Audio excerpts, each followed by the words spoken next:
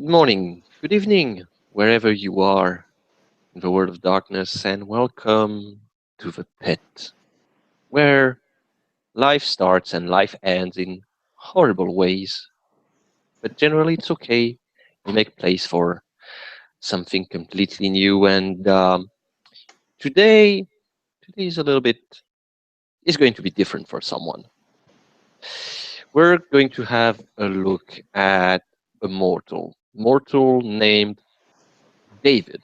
David Spergel, or depending on how you pronounce it, I don't care. I decided that it will be pronounced that way. That joyous fellow has been, well, living a pretty boring life, probably boring in the mind of his 12-year-old self, where he had dreams and hopes of greatness. Perhaps he will talk to us a little bit more about this greatness and the depression that his boring life comes with as he wakes up on this Saturday morning, as he will tell us what his life is about right now and what he intends to do on those weekends. All right. David goes ahead and struggles beneath the blankets and comforters, looks at this alarm clock that is blaring at him, goes ahead and punches the snooze button, the alarm off button afterwards, just as an afterthought. Goes ahead and crawls out from under bed and looks around him. His apartment is small, it's dank, it's gloomy, it's full of dust, and he can swear that the leak from upstairs is starting again because he can see the water stain on the other corner of the room, but he doesn't say anything. He's annoyed, yes, but he's clearing his mind out because he's got an expedition for the day. He walks about his room, past the several other posters on the other side of the room towards the shower, one being of The Cure, and the other one of a punk rock band, long forgotten. And the other one, well, it's not actually a poster, it's more of a flyer, a pamphlet, whatnot. It's stuck into duct tape. He looks at it, he eyes it with a mixture of nostalgia and just frustration and leaves it there. Rushes to the shower, gets himself cleaned up, walks to the kitchen, has himself a fantastic breakfast of cold pizza. Yes, cold pizza. Why don't you microwave it? Because I don't want to, you say. Goes ahead and takes his pack from the closet. It's full of a lot of gear, a lot of spelunking gear, a lot of climbing gear. He looks outside his window to the fantastic scenery. By fantastic scenery, I mean there's a brick wall there, but just where his window is, he can eke out and see the parking lot connected to his freaking apartment. And there is his vehicle. There is his van, very, very patiently waiting for him.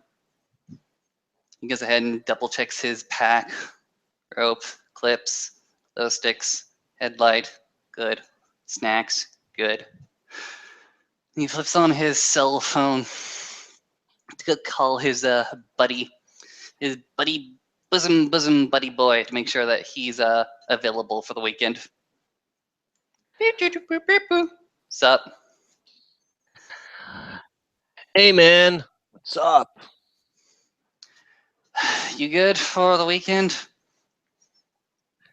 Oh yeah, man, definitely. I'm good. Uh, You, you've got a place to go. yeah, I got a place to go. An old cavern that I usually go about this time of year. Cold as fucking tits. So make sure you have an extra layer of protection. And do I need to get a pack for you, or you like done this once or twice before? Nah, man, it's cool. I mean, I've looked at it online, and I got ropes. Got some little bit of light for my head, and things like that. Nah, it's cool. It's cool. Okay, you obviously don't know what the fuck you're talking about. We're going after the clear caverns this weekend. Okay, fine. I'll pack an extra bag for you, but for a favor, make sure Uh-huh. you get 12 six-packs, right? Okay. I got it. Let All me right, let you me got the grab beer, those. I've got the gear for bros. Sure, man, no problem. Uh, I'll wait for you in front of my apartment. Yep. Go ahead and click the phone off. He'll get his house key, his pack, grab an extra one just in case, so he's doubly burdened over. He opens his front door, and then he closes it behind him, locks it shut. And what he does next is kind of interesting. He starts to tiptoe, starts to slink around, because he's pretty sure his landlord is up and active at the moment, but he does not want to talk to her at the moment. It's not that he's late for his rent. Oh, no. He's late for his rent. He's very, very late for his rent. But you know what? This old Spanish lady doesn't really want to walk the 3 flights of stairs to his apartment, and he's taken every single liberty to pay as late as he possibly can for his rent. And as he does, he slinks down the stairs, his ears ever so perked up for that old Spanish rant. You want me to you're asking me to make this fate dice roll, aren't you? Yes. All right, we'll make it.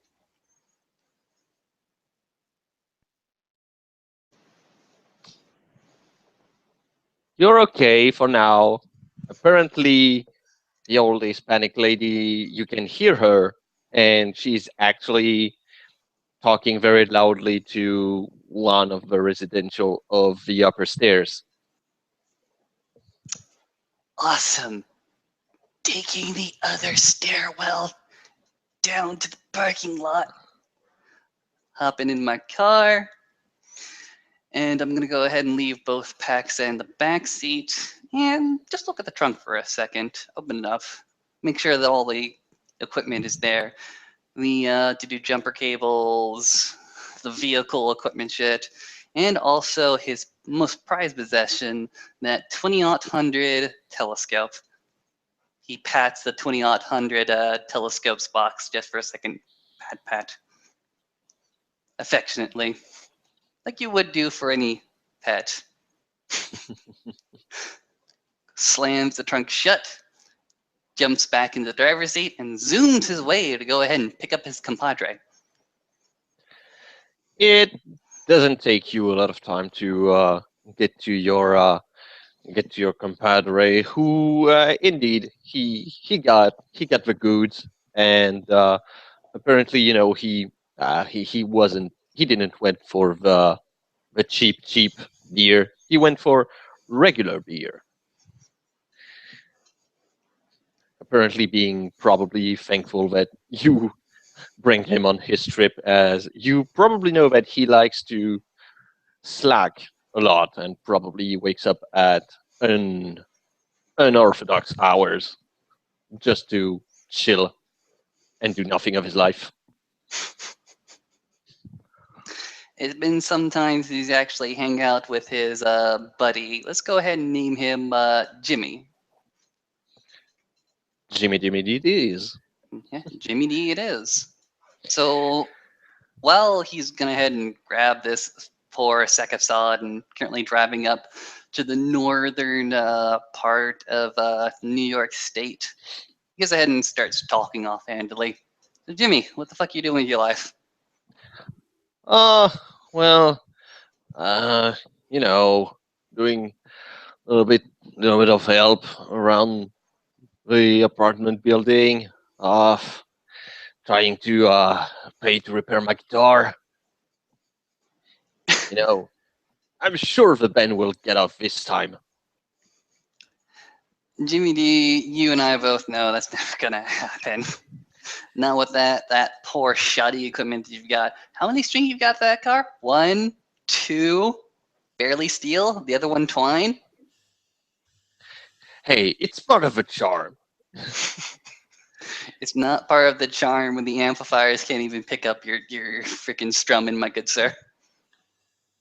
Hmm, I like to think of myself as an old school kind of guy. You know, having a shitty sound actually got a lot of attention.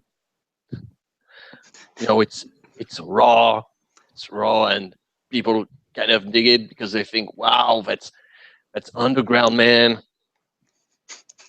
Jimmy D, that kind of shit worked in the 90s. We're not in the 90s anymore. We're millennials, my good sir. Millennials.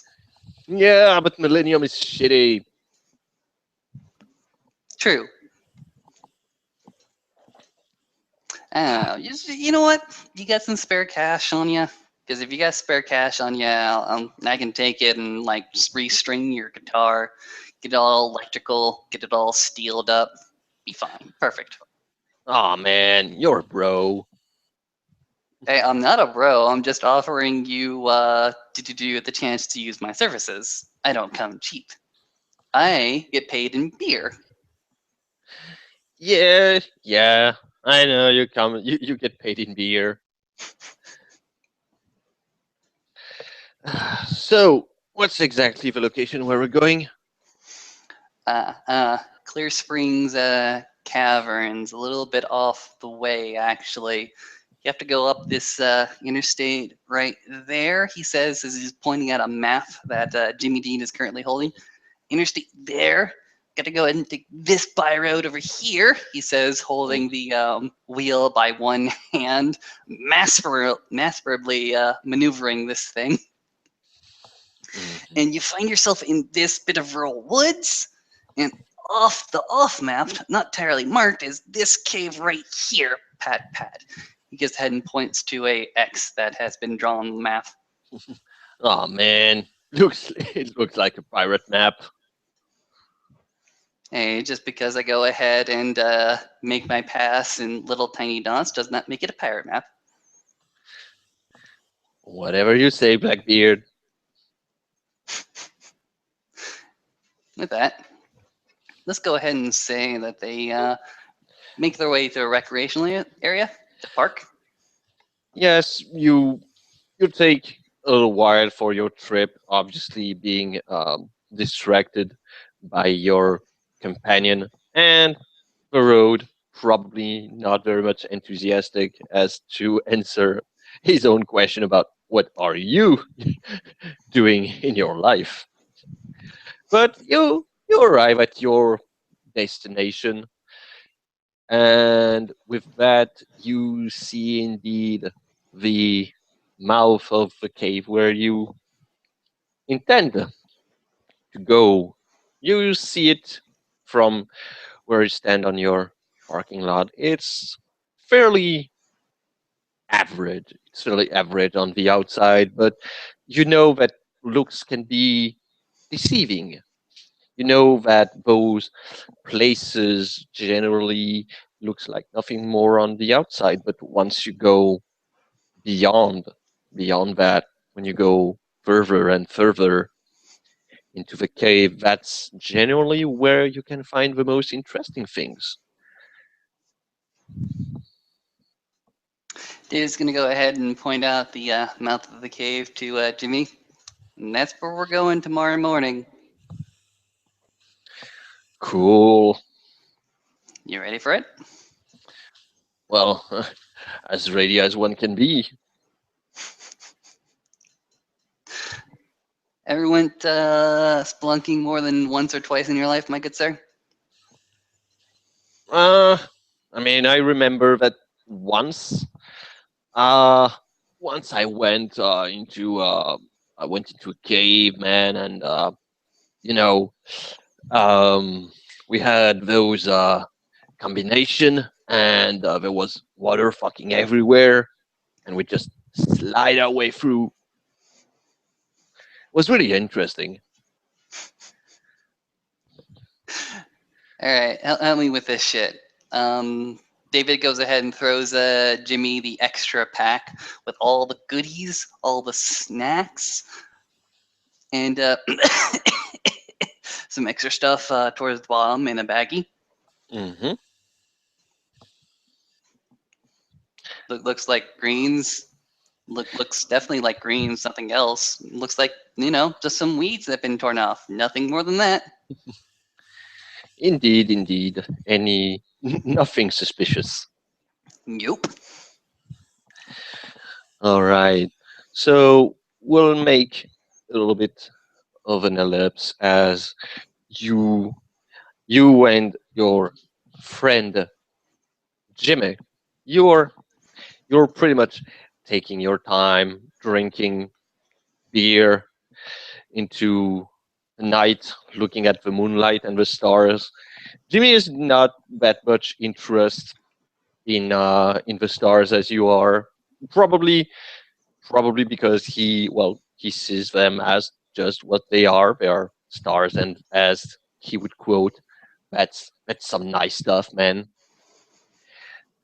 It's he's pretty much enjoying this little trip on the outside, but perhaps you feel a little bit different about the night sky. David definitely feels a lot different about the night sky. He has the telescope up. He has the little star chart right next to him. He's tracking the well, just for convenience sakes, he's tracking the course of Venus across the night sky, the morning star. I find it fascinating. It's supposed to resemble a symbol of life, but on the surface, it's anything but. It's a freaking hostile environment where gases and liquids, they all just jumble together in one gigantic fucking storm of toxicity. But it's nice to look at. Hmm.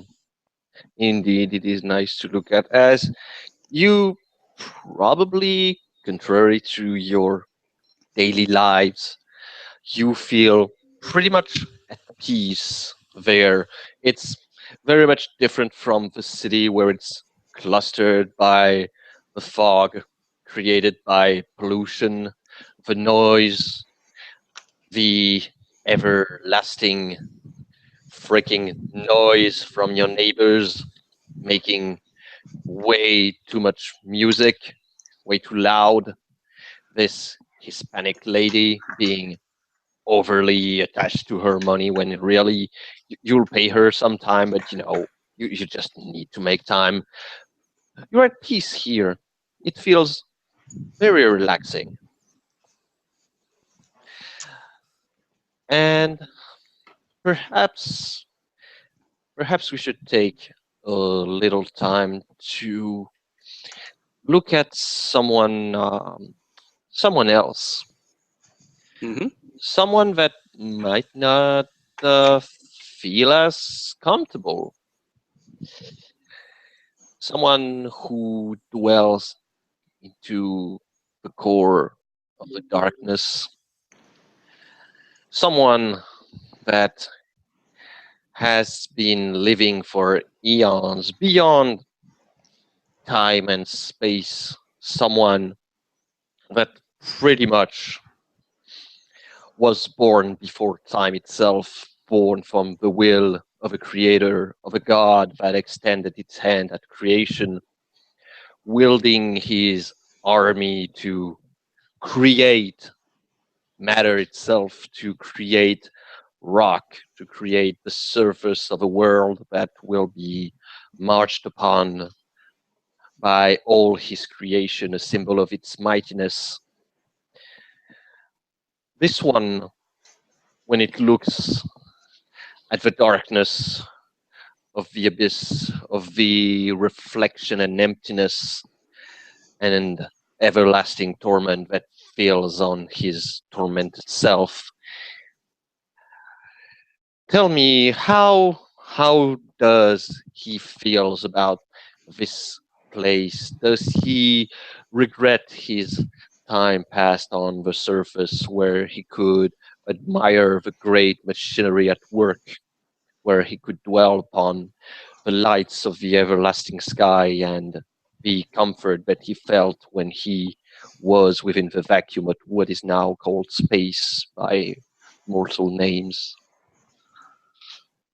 This entity, this being, is restricted, is closed off, is frustrated, is annoyed beyond all measure, is tormented simply with the fact that this is beyond everything that was created. He is outside of the place he wants to be. It's right there. There is but a wall right there that if he was strong enough, he could crack and break through. This is not a place of material. This is outside the plan that was made. This is outside the plan that was made.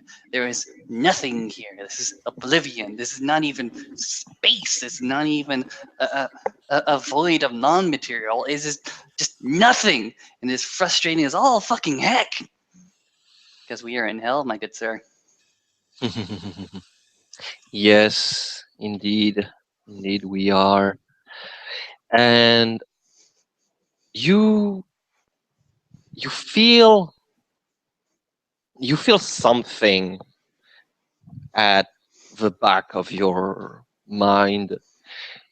There's someone calling upon you, and it's a call that you can't really resist. It's the call of your name, the call of your true celestial name, the name that was whispered when you were created, the very core and essence of what you are.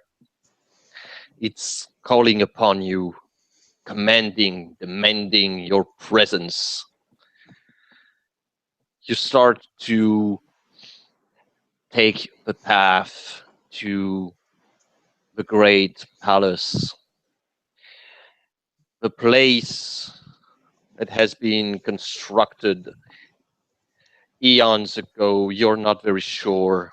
Time is meaningless in this place that you call home. As you continue to hear this call, this string on your being that drags you to this place, you see the guardians of those gates. You know those gates.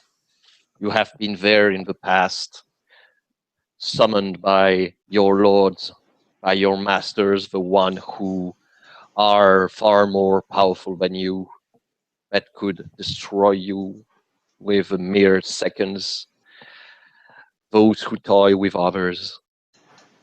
You're entering the palace that some call the palace of enigmas, the palace that holds house to one of the cryptic lords.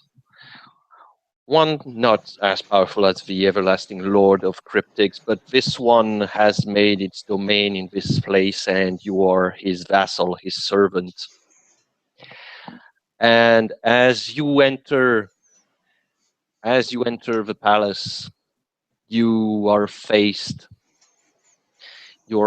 with the strange vision of its interior, the stairs that are going in every direction, because there is not really any sense in those place. It is made of everlasting stairs and places, dimension, gravity, and such human concept that you demons, once angel, have brought to this world. It holds no place here. You take the stairs until you arrive to your lord and master, and you bow to him as he looks at you. Rise. I'll definitely do so as commanded.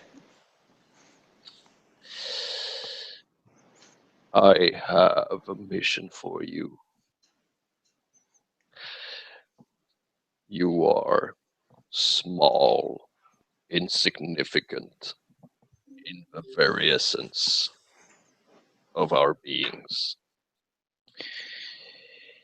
I give you the chance to rise within our faction, to take the place of one that was sent away sometimes ago to search for our Lord, but was unable to complete his mission. I have chosen you. Will you accept this mission, Alabzas Heli? As you have my name, you have called me here, and you have summoned me. I am bequeathed to appear to you, yes. And if you send me away, I am to go. And other than that, whatever instructions you may give me, I carry them.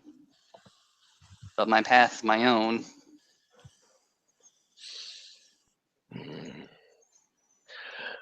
Perhaps. However, this mission will carry on and bring you into more interesting position. I know that you have a desire to pass through the storm. You want to see once again the space, the construct that our house has created. So I will put you on this quest, as I am sure that even if your path is your own, this one you will find interesting. I want you to search for the one object there, through a lake known as the Watchtower of Gehennon. Blink. If a demon could blink, he looks up to you. Lord, was that not destroyed? We are not sure. We have felt and seen the fiends they have seen. We don't know how, but a power akin to one of the watchtowers have resonate within the mortal realm. I want you to go there and see what it is. If that is indeed one of the watchtower, then if we could get our hands into it, we would certainly rise more in power and find the secrets that have eluded us for millennials. Absolutely. Let's find out if there is such a watchtower, what power it may hold, and what secrets it may bring to our faction. But I humbly beg and plead to ask a few questions. It looks at you, probably amused and puzzled at the same time. It inclined its head slowly, giving you the unspoken authorization to ask the questions that you have. What happened to your vassal that was given this assignment before? Do you know? Or was he lost? We are unsure. Your mission might also include of finding what happened to our previous agent. We know that those who dwell on the surface sometimes forget they lost themselves, forgetting their purpose, forgetting their missions. If that is such a case, I would ask of you to bring him back here after you take all information that he might have. If he was lost or died by any means, then he is of no purpose to us anymore. Mm-hmm. A second question. I understand on the surface there is little to none to no communication. Would you allow me to operate as I will? As you go on the surface, you will indeed act as our agent. Your way of doing the work is not important to me as long as you find what was asked and you do your mission. The means by which you go holds no importance to us. Find answers and bring them.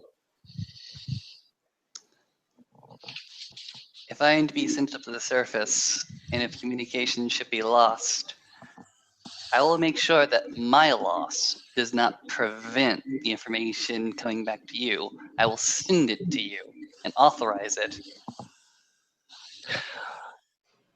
It chuckles a little bit. Do not worry about such details. We will find a way to communicate with you, for I know that you are a trusty servant.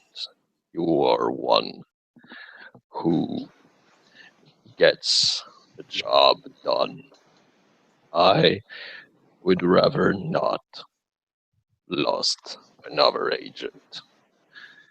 So go on without fear in your heart. And you can almost hear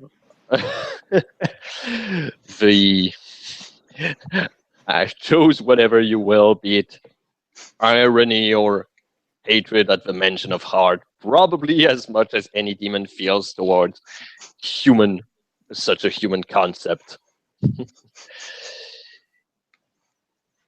And the demon lord gets up from his throne and signs you to follow him. Certainly does. He makes you go through different chambers of his palace until the point where, strangely, you were going down, but you appears to be at the very top of the palace. And as you are there, you can see above there is indeed an exit through the everlasting storm that reside within the abyss, preventing the greater demons to pass through. But you can see indeed that through this storm, there is cracks. You can see the light coming from those cracks, and you can definitely think that you you would be able to pass through, but someone as your lord and master, no, he is too twisted, too powerful to pass through. And he points at he points at those cracks to you, sending you away on your mission as he gets back inside his palace. Yeah, being thrown through the abyss and the oblivion towards the cracks. Yes, you're sucking into a storm as you feel yourself being torn up. Claws of madness are trying to grasp at you, trying to make sure that you do not escape, for it doesn't want you to escape. You're its possession, you're part of it now. It has tortured you for so long because it knows you intimately, it knows your hate, your torment, it knows who you are and who you try probably to hide from yourself. As you still manage to fly off to those cracks, feel you feel the light starting to touch you as it is repulsing the claws of the abyss away from you, allowing you to pass through, and you appear into a new place, a place that is not that unfamiliar for one such as you. It is a cavern, not one that you might have created yourself, but you recognize the stone, you recognize the pattern, and the work of love that your house can create, this work that demons alike haven't paid much attention, seeing it as, well, just a playground for their activities and creation. But you know intimately the secret of such creation. You know it within yourself, and you remember some of the stories that other demons have told you once they came back. You need a host. You need someone with whom you will be able to walk, some meat costume that you will take upon. And would you look at that? There seems to be something lying on the ground of this cave. It seems that a human have fell from the roof of this cave as the light is casting its light on this body, almost ironically, as if God itself was offering you a chance to start again anew. Well, Hellsblah is definitely not going to go ahead and look a gift horse in the mouth. He's on the surface. He's away from hell and the torment. And that torment is still grabbing him. Little tendrils, little claws are definitely still grabbing him. The chains still have a hold of him. He's looking for a way to shake him. And look, there's a meat puppet right there. Awesome. He's gonna go ahead and run towards it and dive right into it, assume his essence right into that body. And as you ram your essence into it, escaping the grasp of the abyss as it tried to pull you away from this realm which you don't belong to. You don't really belong to this place. You belong back there. You belong down. But you fuse with this meat puppet, and you are assaulted by images. You see this human pathetic life from the moment where he was born, assaulting you with the time where he smacked that little Johnny boy who was stealing his lunchbox. You go back to his first kiss and his first experience with what he thought would define his life, this guitar. But then you're assaulted by something that you feel very familiar: bitterness, anger for his inadequacy, his inability to reach success, to reach his goal that he was trying to attain, and the bitterness that comes with it. But also within those layers, you find some strange kinship with it, as him too wants to escape the place that he call home. He too dwells and looks upon the stars to find comfort. And you, the demon that has pushed his dying soul away to die off, to be eaten by something else, by entities that dwell, reaching out for those souls. How how does the demon now made man feels? How does he cope with this strange sensation of having a body to feel his muscle torn up, his bones shattered as they are slowly merging back together? How does he cope? He thinks to himself, never fucking going back. Mm. Never going. That's my elbow. Never going. That's my arm getting back together. Those are nerves. Never going. I built this body once but fucking before.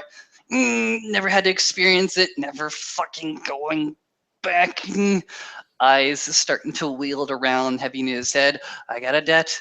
I get a debt to be paid. I'll pay the fucking debt, but I'm never fucking going back. Ah! He goes Mm. ahead and screams out into the darkness, into the cavern. Never going back. Hmm. Tell me, do you remember your mission? Would you be so kind to make me a intelligence legacy roll? Definitely. Difficulty 6. Rolling. Hey, Good, plenty of successes. good. You don't forget the mission. As you're getting up from what was your grave, you you feel that some of your memories are blurry. You're not sure where you, the demon, start and when these human memories start, but you still remember clearly the mission that was asked of you. You haven't forget that. Perhaps some of your memories have been cranked up in a dark corner in order to make place for such command. But as of today, you indeed remember. And as you scream this cry of primal anger and, well, probably satisfaction of not being in that wretched place anymore, you hear a voice coming from above. Hey man, you're okay down there? Hey, Hey, don't die on me, man! David's head is probably bleeding pretty damn profusely. He's pretty damn sure he hit his head somewhere down along the way. The demon is inside him right now, and he understands that, hey, this isn't torment. This is just, his head throbbing for a little fucking second. He looks up at that little pissant that pushed him when he ought not to, and he just screams, "You motherfucker, I almost died!" Sorry, man. I'm so sorry, man. I mean, I should have paid attention. I'll pay you a lifetime of beer. Just throw me down the fucking rope. Do you know how to anchor a fucking tide? Do that for me, you motherfucker. Sure, David. No problem. And he starts to you see that the rope is starting to go down, and just before you can reach it, it goes up a little bit. You're sure that you're not going to beat the crap out of me, right? Oh, I'm gonna beat the fucking crap out of you either fucking way. It's whether or not you want a murder charge on your hands. And you get the rope. Okay. No need to be defensive, man. Yeah, he'll take the rope. He'll start to ease his way out of this fucking cavern along the shaft of light. In the back of his mind, he keeps repeating to himself, never fucking going back, never fucking going back. I'll do the deal. I'll make the debt square. I'm never fucking going back. And at the end of a rope, you get pulled up by the friend. The friend that, well, was probably a little bit too high on shrooms. Mm-hmm. And unfortunately, he pushed you down. Oh, man. Oh, shit. And, he's just starting to apply some wet clothes on your head where you're bleeding. It's starting to get better, but the blood is still there. This monkey known as Jimmy obviously knows what he's doing. Maybe he knows first aid. I don't know. He'll sit and let him apply the bandages and gauze. But as soon as he's done, he's like frustrated because he's just a monkey. He's just a human. He's imperfect. He's an animal like everybody else. He's gonna walk towards the mouth of the cave. Actually. Mm-hmm. Oh man, wait a second. I mean, I still need got to fix you up. He goes ahead and holds a hand out. No. Let me be for now, okay? Okay. He goes ahead and turns back. He adopts the facade of David for a hot second, so that all that anger, anxiety, that torment just goes ahead and flows out of him. And he's got that friendly face that David's always known for. He just smiles and says, "Don't worry, man. I just need to clear my head. You're a good guy." Sure, man. I mean, yeah, I would be pretty pissed off too. I understand. Go get the s'mores ready. Yeah, sure. No problem. And with that, he scoots off into the entrance of the cave. And as he goes off and you probably starts to make your way out from this cave, seeing for the first time the warmth, color of the sun, the everlasting blue sky of Earth. You've exited the cave. You digged your way out into the light, breathing the air of life once that you could not remember because you didn't have lungs before.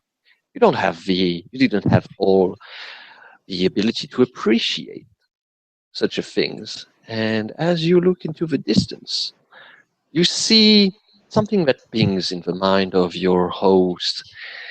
You remember seeing those in the past. They were called, well, cities or village. But those, they seems different. They seems made out of metal or glass as they are shining into the distance, trying to reach out of the sky as if humans were conscious that they had been cast away from the eye of their creators, trying to raise temples to try to reach back. And as we are going to end our scene, perhaps the demon made human have any last thoughts as he looks at the surrounding of Earth. Hmm. The demon residing in David goes ahead and pushes up his sunglasses, looks far into the distance. There's definitely no battle.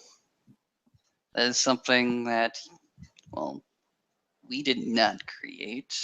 That is what humanity created. How in the world did they make such use out of concrete when they could barely eke out an existence with arrows? That's the sun overhead, definitely. Eh, did the morning star come back? No, that's a natural occurrence. The sky is blue. It's probably from all the hydrogen up there. And he stopped for a second. He again looks up. He goes ahead and points towards the direction that Orion's belt will actually be.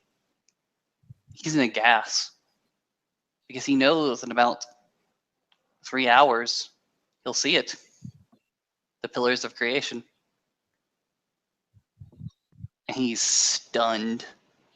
Jimmy can go ahead and bother him all he wants, but he's absolutely fucking stunned, awestruck. He'll stand there all fucking night because he can see it. He's no longer in the abyss. He's no longer in the pit. He can see it now. And with that vision from our new demon, I guess we can call this a scene. Thank you, player, for playing, watchers for watching, and we will catch our new demon on his next endeavors very soon. And we will catch you next time on the Demon Venue.